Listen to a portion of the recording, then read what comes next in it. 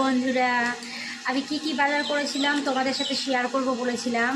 সম্পূর্ণ আমি শেয়ার করতে পারবো না, কিছু কিছু শেয়ার করছি। এটা তো বাউলি কেক এনেছিলাম, বাউলি কেক 5টা এনেছিলাম। আর এখানে এনেছি মুসুরির ডাল, মেয়েকে খাওয়াবো দেখে 500 গ্রাম। এখানে আমার গোপাল সোনার ধূপকাঠি, স্যালাক্স এনেছিলাম 3টে, আর নান এনেছিলাম 2টো। ওগুলো আমি আর দেখাচ্ছি না, প্যাকেটে খোলা হয়ে গেছে।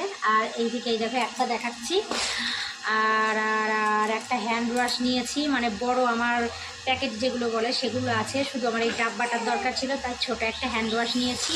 গোপাল সোনার জন্য নকুল দানা নিয়েছি, সোয়াবিনের বীজ, এটা হচ্ছে আমার মেয়ের জন্য লাগবে।